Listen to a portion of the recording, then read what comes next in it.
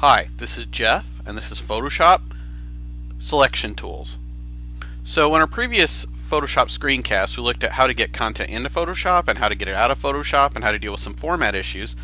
But it's time to actually start doing some editing, and to do that, we need to actually utilize the selection tools. Now, I think one of the things that we want to point out first is that one of the very first selection tools that we're going to use is not even a selection tool at all. It's actually the rectangular marquee tool. Notice here that I'm going to go over to the rectangular marquee tool, and we can see the other variants of it available here. And I'm going to select it. Normally when I would use this, I would use it for something like cropping, but it works just as well as a selection tool, and quite frankly there's lots of times that it's superior for selecting something. If I'm trying to scale something down, if I'm trying to crop something in a very square fashion, this is a great tool. There's also different variants on it, as you see here. The elliptical we can do as well. This is really great if you're trying to do an old photo style selection. So those are the very first selection tools we're going to talk about. A lot of people don't think of them as selection tools, but they really are, and they're in there, and we want to make sure that you're aware of them because they're some of the most basic ones and most time-saving ones that we can utilize. So now that we've been over the marquee tools and using them as selection tools, let's actually undo what we've done here. So one of the ways I'm going to do that is I'm going to go up here to select, and we'll use this menu again, the selection menu, but right now I'm just going to hit deselect, and that's going to undo my selection. Alright? We're going to come back over here to the toolbar on the left, and I'm going to select the Lasso tool as our selection tool, and I'm going to start with it. And since this is kind of a small photo on my screen, I'm actually going to make one other change here, and I'm going to go up to View, and I'm going to do Zoom In. Another option to do this is Command plus or Command minus will enlarge or shrink your screen, but I'm going to do Zoom In. Alright, so now I've got a little bit better idea of the detail. I'm going to start using just a left click here, and that will start, you'll notice a small line to appear on the screen following my selection tool as I go around. The Lasso selection tool is pretty good, but it's not very accurate, and I'm actually going to make this really quick and we'll show you why. Notice that it can't get really tight in to the content of the photo.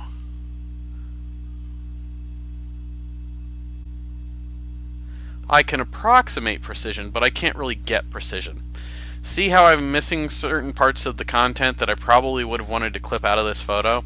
So this really is kind of a quick and dirty tool. To demonstrate again, if I were to come up here and actually just kind of try and draw a circle, I really can't do a very good circle. It's going to be pretty oblong. The tool just doesn't have a lot of precision. So that's the very first tool we're going to look at. So I'm going to actually go up here to the selection menu. I'm going to do deselect here, and we're actually going to go to the next one in the group, which is a lot more useful to us, and that's a Polygon Lasso tool. I'll be honest, this is probably the selection tool outside of the marquee tools that I spend the most time with because it usually has the most precision. I'm making tiny left clicks at each point here to actually create a new line segment, essentially, is what's happening. And as I go along, it gives me quite a bit of precision. Now yes, I have tons of little straight lines that are making this up, but usually it's so much tighter and so much more precise that nobody notices.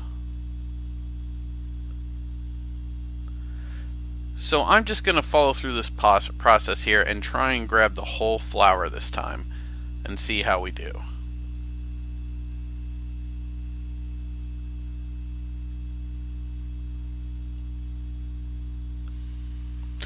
As I do that, notice that I actually sometimes get lost a little bit, and I'll show you how we can actually correct that here in just a moment. As I come out on the leaf, it would be very easy to make a mistake, and let's say I come out here like that. Well, there's a way that I can actually fix that when I'm in this tool. If I just hit the backspace or delete on my keyboard, it actually takes that last point that I did back. So there it is again, and I just hit backspace or delete and it undoes it. It doesn't undo my entire selection, just that last point.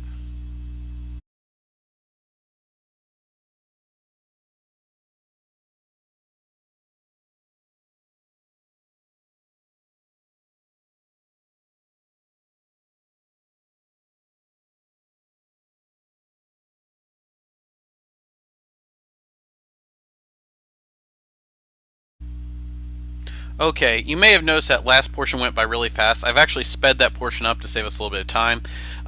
No, I'm not that fast. While the Polygon Lasso tool is a really precise tool, it is not that fast. So it takes time to work with. However, I've got this really good selection right now, and I want to use this selection again, I think, because it's a really good selection of the flower. So one of the things I'm going to take a moment to go up here and do is I'm going to do Select, and I'm going to go Save Selection. And I'm actually going to call this Pink Flower. And that's actually going to save this selection specifically, so I can come back to it. So if I were to go up to select up here and load selection, one of my options is to go to Pink Flower. So I'm going to cancel that for right now, but I'm going to go ahead and actually select and deselect, because we're going to do one more actual tool over here in this group, and that's the Magnetic Lasso tool. Alright, so the Magnetic Lasso tool is not that dissimilar than a sort of hybrid between the Polygon Lasso tool and the standard Lasso tool here. Notice I'm kind of drawing, but it's kind of seeking the content on its own and putting these little boxes here. It's semi-intelligent, and it's not bad at selecting the content. So I'm able to go much faster at selecting the content here than I would with either of the other tools. And notice it kind of keeps filling in the content for me as I go.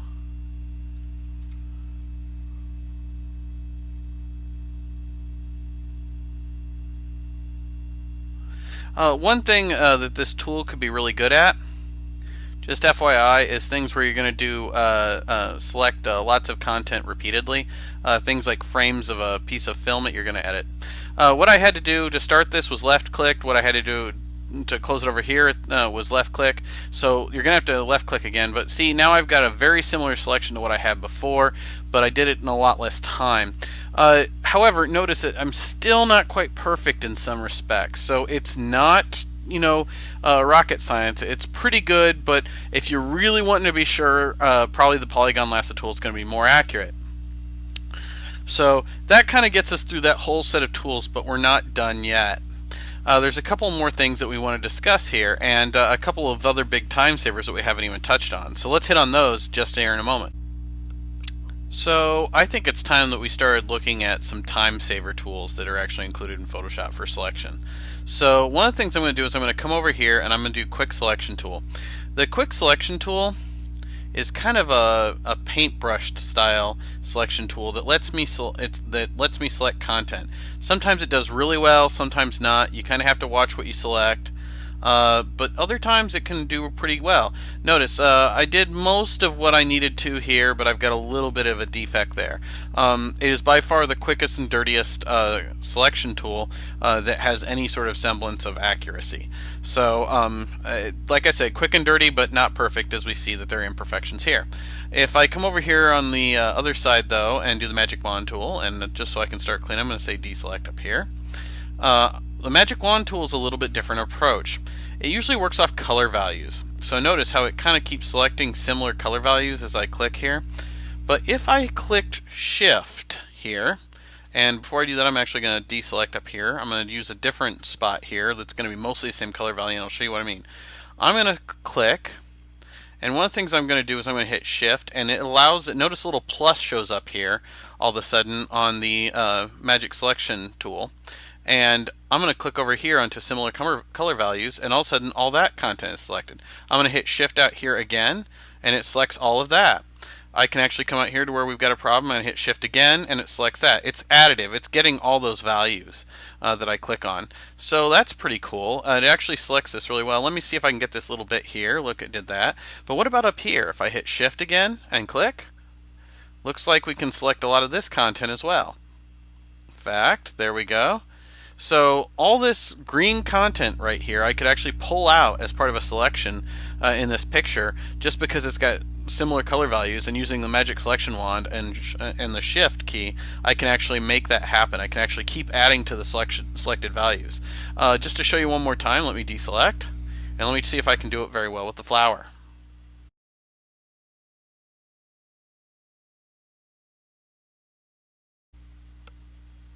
Because we're dealing with a lot more different types of shades of colors, we're not going to be able to do as precise a job. But when we deal with similar color values, like we were down here with the lawn, this is a really handy tool and a very time-saving tool.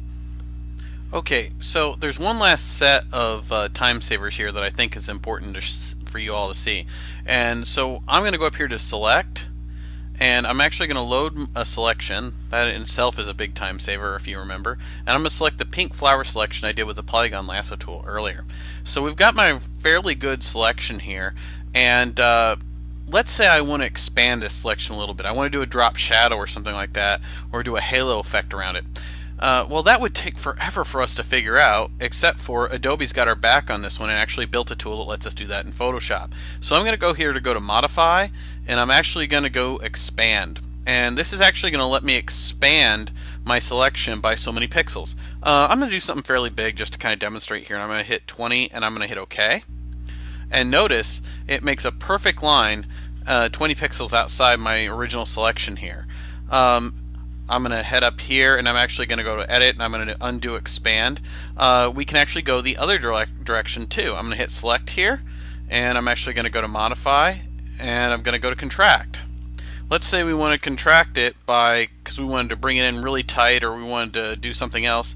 Let's contract our selection by 10 pixels, and notice it brings it in just a little bit. So if I wanted to just bring up the vibrancy of color in the inside of the flower or something like that without affecting the outside, I could do that. So this gives you just a quick idea of all the different selection tools and how we can use them in Photoshop. And that's going to be really important when we get to things like layers and editing photos. So we wanted you to see them all first so that you could get to know them and know which ones you need when.